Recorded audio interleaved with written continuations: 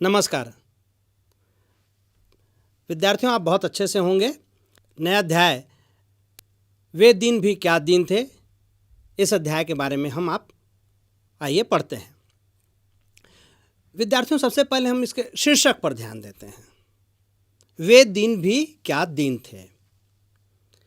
ऐसा वाक्य या ऐसे कथन हम तब कहते हैं जब हम अच्छे दिनों को याद करते हैं जो बीत चुका है और वो चीज़ें हमारे दिमाग से हट नहीं रही हैं। अभी जो हमारे साथ घटित हो रहा है उससे जब हम तुलना करते हैं तो हमें बीती हुई चीज़ें जब अच्छी लगती हैं, बीती यादें जब हमें अच्छी लगती हैं, तब हम कहते हैं वे दिन भी क्या दिन थे। बच्चों, आप अभी ऑनलाइन क्लास के द्वारा आप पढ़ाई कर रहे होंगे। आपको मज़ा आ रहा है? नहीं आ रहा होगा। वो स्कूल के दिन आपको याद आ रहे होंगे जब आप तैयार होकर स्कूल जाया करते थे। वहाँ पर शिक्षक शिक्षिका आपको पढ़ाने के लिए आते थे। आप खेल मैदान में जाकर खेल खेला करते थे। आप जो भी लंच बॉक्स में जो भी लेकर आते थे खाने पीने की चीज़ें आपस में बांट कर खाया करते थे। वो सब बातें आपको याद आ रही होंगी और आपको भी लग रहा होगा वे दिन भी क्या दिन थे। इस अध्याय में भी भविष्य में एक घटी घटना का वर्णन है कि भविष्य में एक चीज़ पढ़ाने की शैली में परिवर्तन आ चुका होगा और उन दिनों के विद्यार्थी आज के दिनों को याद करेंगे और वे कहेंगे वे दिन भी क्या दिन थे। तो आइए इस अध्याय के बारे में हम पढ़ते हैं। इसके रचनाकार हैं आइजक असिमोव और सबसे पहले जो लेखक हैं उसके बारे में संक्षेप में हम जानकारी प्राप्त कर लें। आइजक असिमोव, इनका जन्म 2 जनवरी 1920 में हुआ था और 8 अप्रैल 1992 में इनकी मृत्यु हुई। आइजक असिमोव एक अमेरिकी लेखक और जैव रसायन, जिसको अंग्रेजी में कहते हैं बायोकेमिस्ट्री, के प्रोफेसर थे, जिन्हें अपने साइंस फिक्शन मतलब जो विज्ञान से संबंधित जो कथाएं होती हैं, काल्पनिक कथाएं होती हैं, वो ये लिखा करते थे। तो साइंस फिक्शन से संबंधित कार्यों तथा साइंस की लोकप्रिय किताबों के लिए जाना जाता है। बहुत प्रसिद्ध थे ये। साइंस की किताबें बहुत अच्छी इन्होंने लिखी हैं और विज्ञान साइंस से संबंधित जो काल्पनिक कथाएं हैं वो इन्होंने बहुत अच्छी लिखी हैं। तो इन्हीं के द्वारा लिखी हुई है और आपको इस अध्याय को भी पढ़ने में मज़ा आएगा। इस पाठ में भविष्य में होने वाले परिवर्तनों को बड़े ही मज़ेदार ढंग से बताया गया है।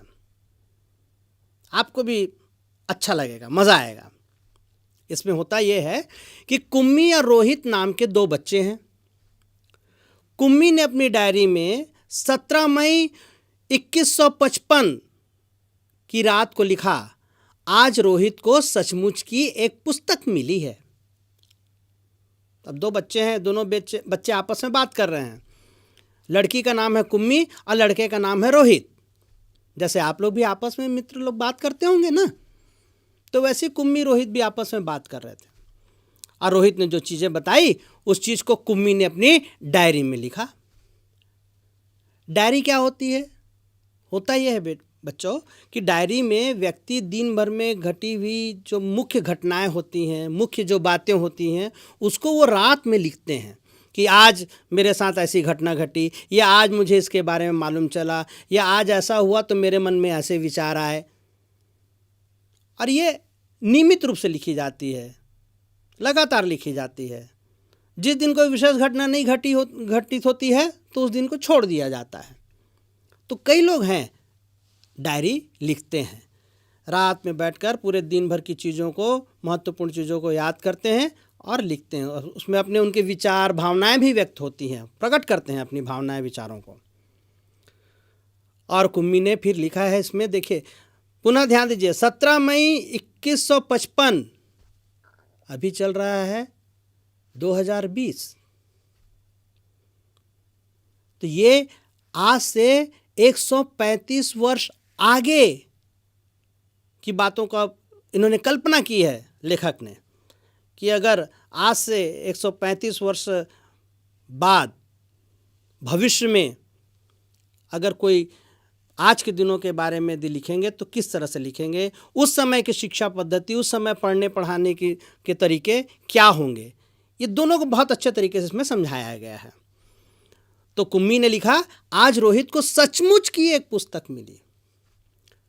सचमुच की मतलब देखिए, यहाँ पर जिसके बारे में हम सुनते हैं, कभी सुना है, कभी देखा नहीं है, और वो चीज़ हमारे सामने आ जाए तो लगे हाँ सचमुच सही की चीज़ है, मतलब ये जो जिसके बारे में हम सुन रहे थे वह वास्तव में होती भी है। तो पुस्तक के बारे में इन्होंने कभी सुना होगा। अब रोहित ने बताया कि मुझे एक पुस्तक मिली है, और सचमुच की पुस्तक। अब इस पुस्तक में क्या है, अरे रोहित को कैसे मिली, आइए हम इसको जानें। पुरानी पुस्तक, स्वाभाविक है, ये जिस समय की बात है, ये अब आज से हम देख रहे हैं तो 135 वर्ष आगे की बात है। और 135 वर्ष आगे लेखक ने कल्पना की है कि उस समय पुस्तकें इत्यादि नहीं छपा करेंगी, उस समय सब कार्य मशीनों के द्वारा हुआ करेगा। तो आज की पुस्तक भी है, अगर हम 2020 भी मान लें तो 135 वर्ष में तो बहुत पुरानी हो जाएगी ना पुस्तक। तो रोहित को इसी प्रकार से कोई पुरानी पुस्तक मिली। कुम्मी ने पूछा भी, ये तुम्हें कैसे मिली? तो रोहित ने बताया, हमारे घर में एक डिब्बा दबा पड़ा था, उसी डिब्बे को हम फेंक रहे थे, उसी में ये पुस्तक मिली। तब कुम्मी को बातें याद आई कि कुम्मी के दादा ने बताया था कि जब वे बहुत छोटे थे तब उनके दादा ने कहा था, मतलब कुम्मी के दादा ने कहा था कि उनके ज़माने में कहानियाँ कागज़ पर छपती थीं और पढ़ी जाती थीं। पाठक को पृष्ठ पलटने होते थे, सारे शब्द स्थिर थे, चलते नहीं थे। कुम्मी के दादा ने बताया। और कुम्मी के दादा को कैसे पता चला था? उनके दादा ने बताया था। पहले ज़माने में कागज़ होता था, कागज़ में चीज़ें छपा करती थीं, कहानियाँ हैं कागज़ों में छपती थीं, और वो पुस्तक बनती थी और उसे लोग पढ़ा करते थे, और उसके पन्नों को पलटा जाता था, और उसके जो शब्द थे वो चलते फिरते शब्द नहीं थे।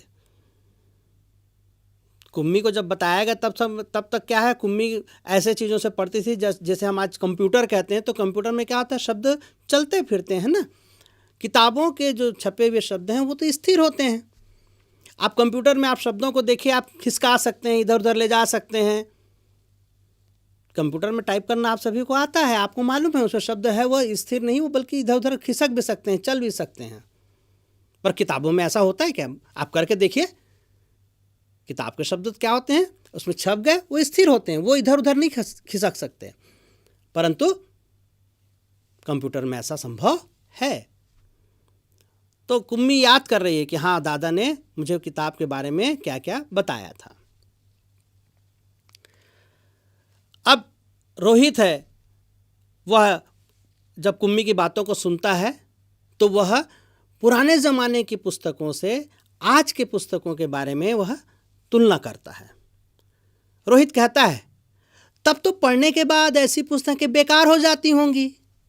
इससे तो अच्छा हमारा टेलीविज़न है, जिसके पर्दे पर बहुत सी पुस्तकों की सामग्री आ जाती है, और फिर भी यह पुस्तक नई की नई रहती है। बच्चों, आप भी जानते होंगे कि कंप्यूटर में आप जब पढ़ते हैं तो उसमें जो पुस्तकें होती हैं वो कंप्यूटर में जब पर्दे पर आपको दिखती हैं तो क्या है, उसमें बहुत सारी चीज़ें, कंप्यूटर में बहुत सारी पुस्तकों को उसमें स्टोर करके रखा जा सकता है, और वह पुस्तकें ख़राब नहीं होती।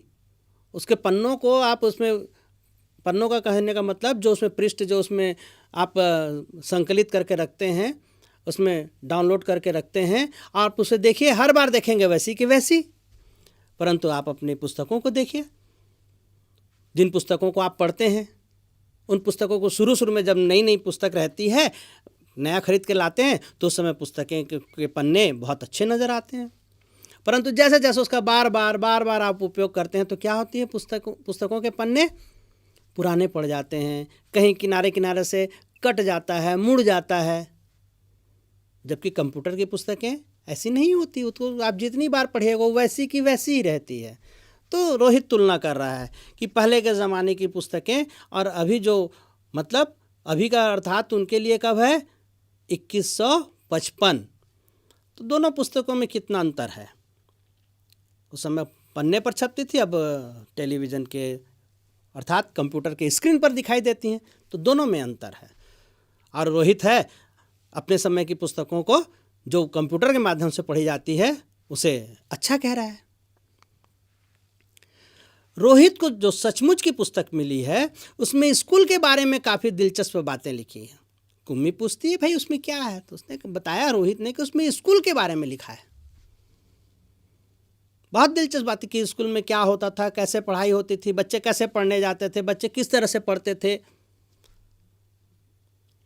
और अब तो हर विद्यार्थी के घर में एक मशीन होती है, उस जिसमें टेलीविज़न की तरह एक पर्दा होता है। रोज़ नियम से उसके सामने बैठकर विद्यार्थियों को वह सब याद करना होता है जो वह मशीन हमें बताती है। कुम्मी बता रही है रोहित को ये कि भाई जो स्कूल के बारे में उस पुस्तक में लिखा है तो कौन सी विशेष बात लिखी होगी, कहाँ से नई बातें होंगी उसमें। हमारी तरह वहाँ उस समय भी कुछ होता रहा होगा। भाई अब हम जैसा पढ़ते हैं वैसे उस समय भी कुछ रहा होगा स्कूल में भी, कि हमारे अभी के समय में एक कंप्यूटर रहता है, मशीन होती है और उसमें एक स्क्रीन होता है, टेलीविज़न की तरह एक पर्दा होता है और हम उसके सामने बैठ जाते हैं और उसमें जो जो चीज़ें सामने आती हैं हम उसे याद करते हैं। मशीन सब कुछ बताती रहती है।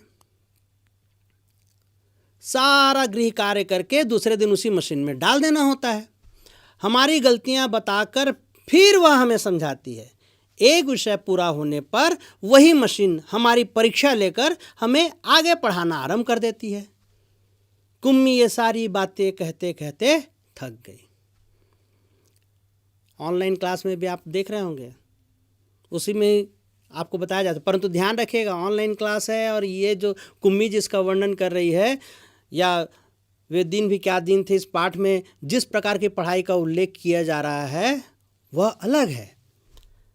अभी आप ऑनलाइन के माध्यम से पढ़ रहे हैं, इसमें शिक्षक आपको बता रहा है, परंतु ये उस पढ़ाई की बात की जा रही है जिसमें शिक्षक की आवश्यकता नहीं होती, पूरा का पूरा सब कुछ मशीन के द्वारा होता है।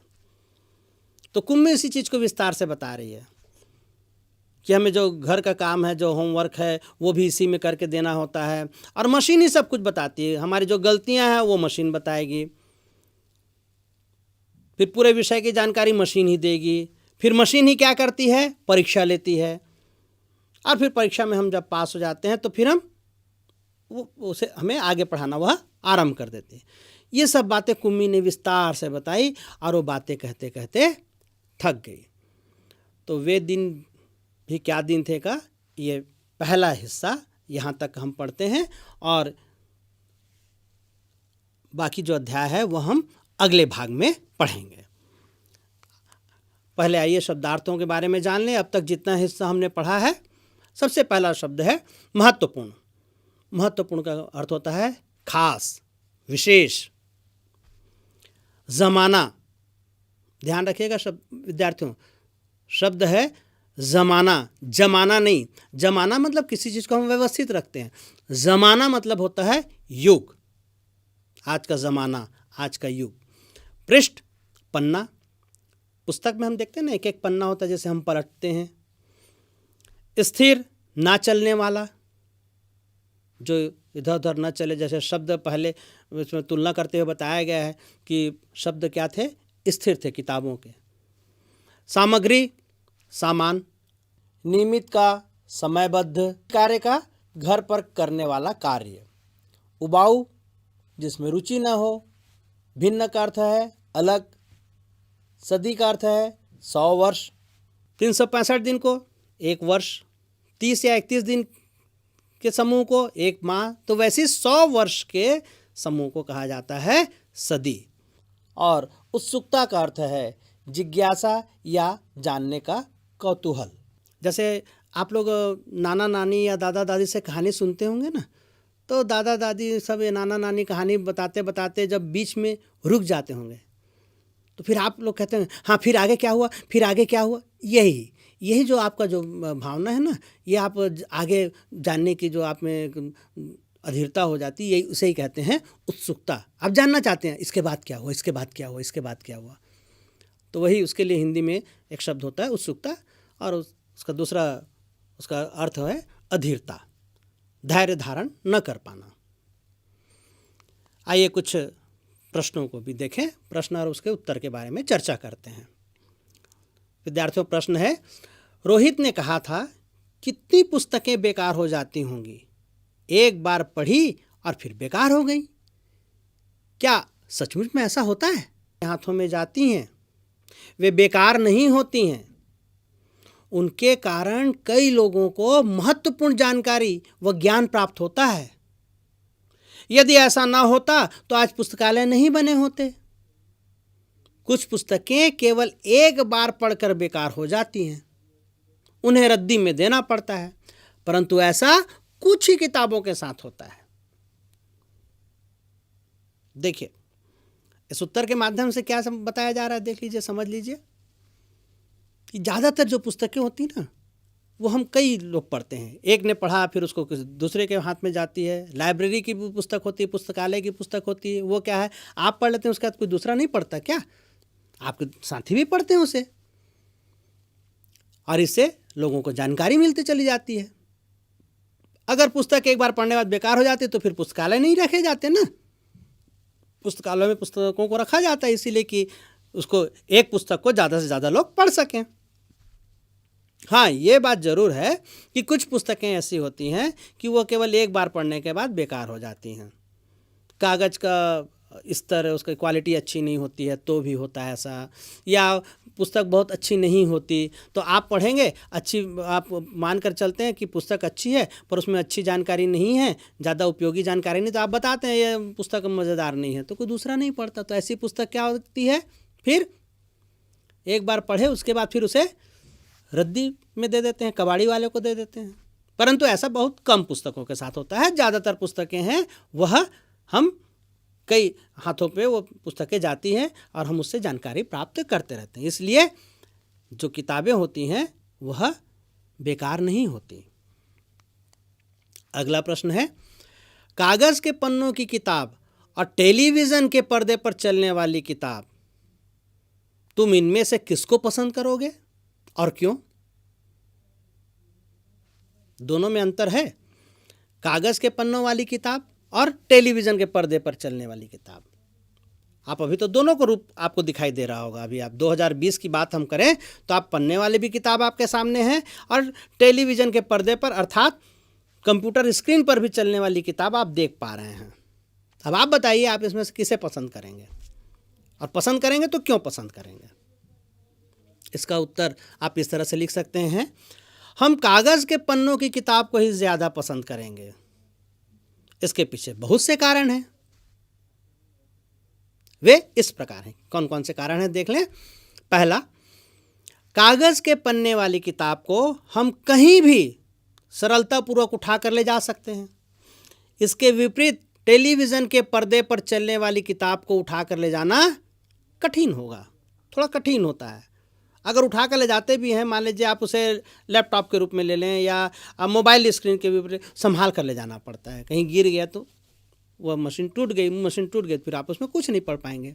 पर कागज़ वाली किताब है, वो गिर भी गया तो क्या उठा के फिर पढ़ी जा सकती है ना।